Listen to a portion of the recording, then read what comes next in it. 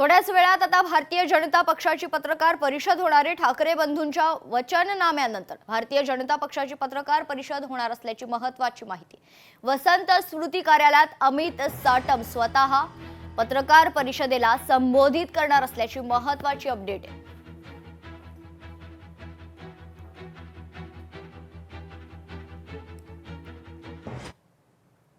तर तिकडे जालन्यात भारतीय जनता पक्षाच्या प्रचाराचा नारळ फुटलाय।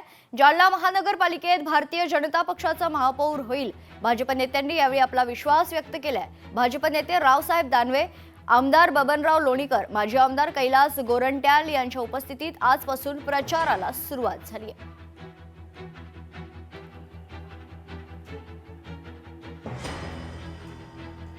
आम्ही सर्व लोकप्रतिनिधी, पदाधिकारी, आमचे सर्व उमेदवार प्रभू रामचंद्राच्या चरणी नतमस्तक होऊन आशीर्वाद घेतलेला आहे। पूजा आरती विधिवत होऊन आज प्रचाराचा नारळ राम मंदिरामध्ये फुटलेला आहे। जालन्याच्या जनतेला माननीय रावसाहेबजी दानवे यांनी आवाहन केलेलं आहे। कैलासजी गोरंट्याल आहेत, भास्करराव आहेत।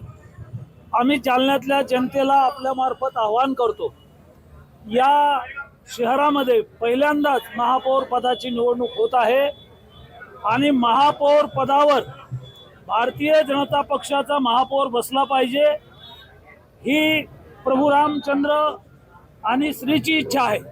राम मंदिर मध्ये नारळ फुटलेला आहे प्रचाराचा।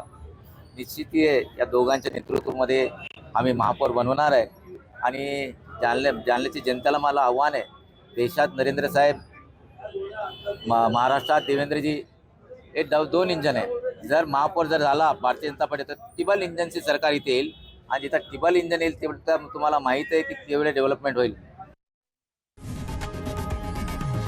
लोकशाही मराठी ऐका, पहा, जागरूक रहा।